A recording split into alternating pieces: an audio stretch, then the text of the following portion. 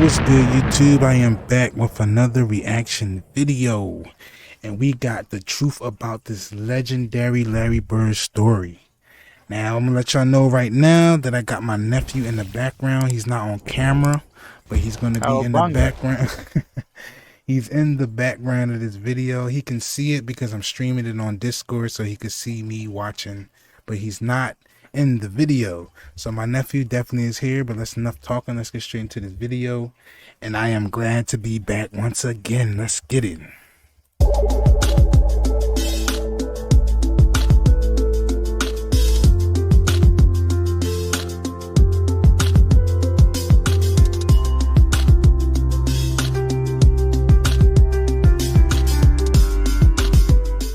So I'm hoping today's video is the start of a new series, and I gotta be honest, if it is, I believe it will be my most exciting video series to date.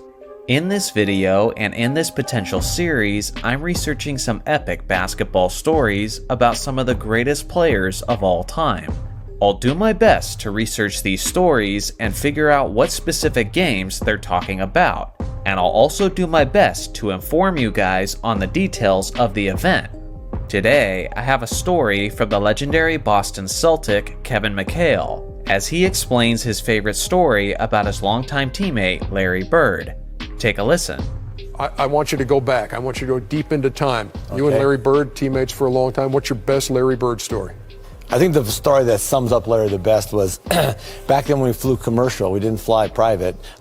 We played in a Tuesday night game in Cleveland. And of course, we got up for the first flight out. We had a game on Wednesday night in New Jersey. Snowstorm hits Cleveland. We're at the airport at 7 in the morning. Flight's canceled at 7. It's canceled at 8. It's canceled at 9. It's canceled at 10. Canceled at 11, 12. We finally leave about 1:30 or 2 in the afternoon. We fly up to New Jersey. Now the storm has kind of moved into Jersey. And the bus driver says, well, I can't get to the hotel and to the arena. I can only go to one place. Well, we had a game that night. We go to the arena. So we get to the arena, and I mean, we're dragging. And we're sitting around the locker room, and, and everybody's kind of, we're tired. And, and all of a sudden, the coach gives a little bit of a speech of, come on, man, guys, we're playing basketball. Let's get ready to go. And Larry stands up, and Larry says, a couple other few choice words, and he says, I don't know about you guys, but I'm going to take it out on their rear ends. So I was like, oh, all right, so let's go. So we go on the floor. Albert King sitting there. Larry walks up to Albert King and goes, don't take this butt whooping personally. I've been eating hot dogs all day. And then Albert King looks at him like, you've been eating hot dogs all day? What's that got to do with me? And we went out and just hammered him. I mean, we terrorized him. And that was Larry. There was no excuses. I mean, he just played. And I tell you, that was just his competitive nature. But a day when you fly all day and eat hot dogs in the airport, best thing was Albert's look on his face like, what hot dogs got to do with me? So here's the thing. I did the research, and this never took place exactly the way that Kevin McHale described it. This isn't necessarily a surprise, because when older retired players are talking about past memories that took place decades ago, it's understandable that some of the details get lost or embellished over time. Here's what you need to know.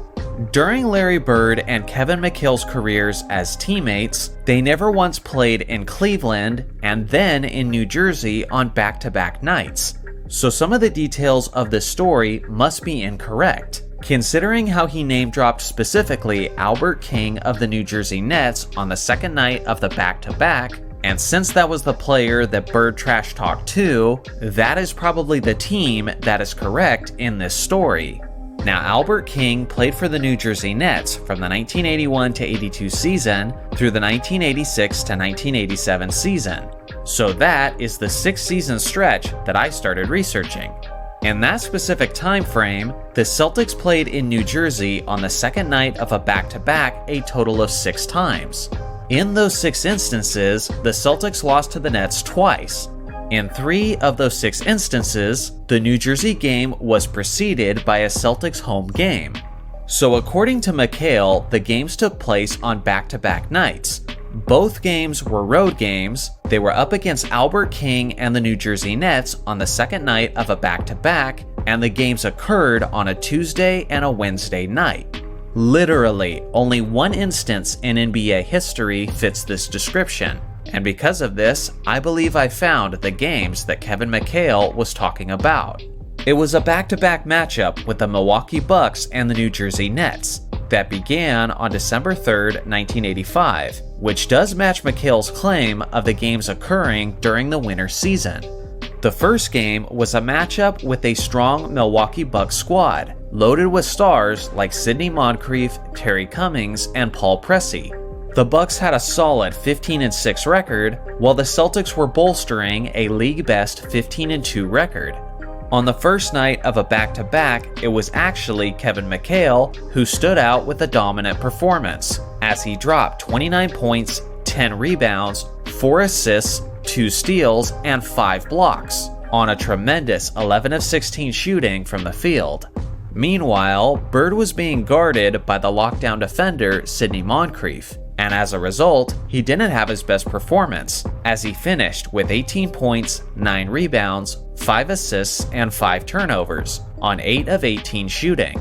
Regardless, the Celtics finished the game strong, and won this epic battle of Eastern Conference contenders with a final score of 112-109. But this is when the story started to become interesting and unique.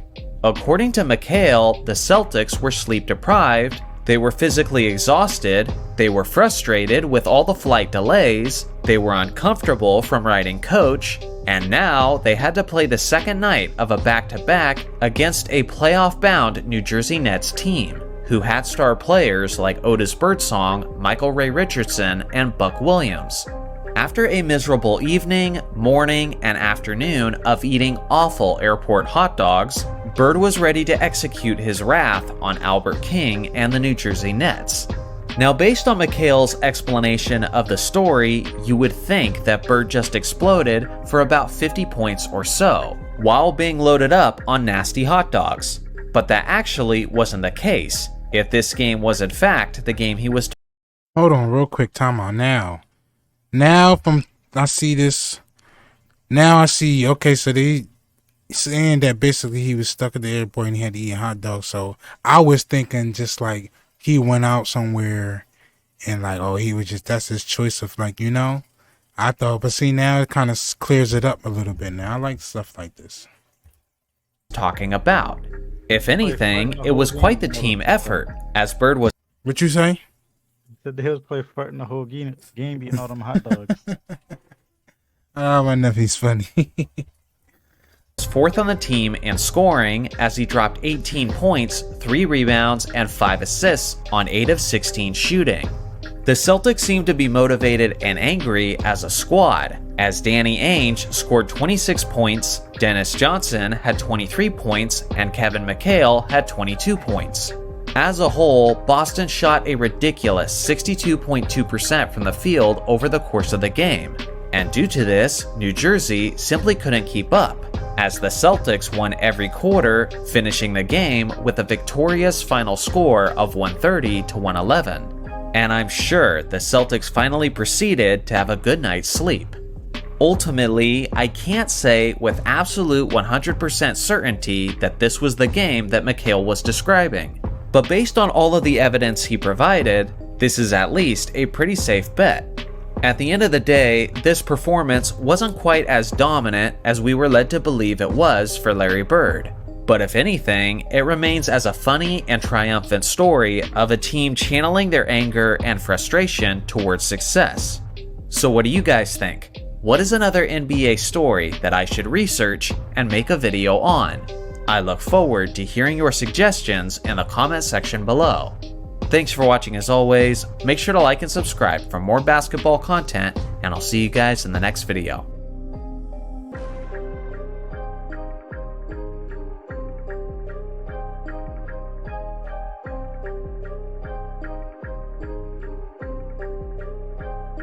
All right, this wraps up this video, y'all. But yeah, that's crazy because it's just like he went more into detail in that time. Like, that's crazy because all these videos I've been doing, I just never thought, like, you know, he should definitely do some more and just try to, like, I know he's saying it may not be exactly accurate, but that's like sound like that's close enough. Like, that's crazy right there, y'all. That's crazy.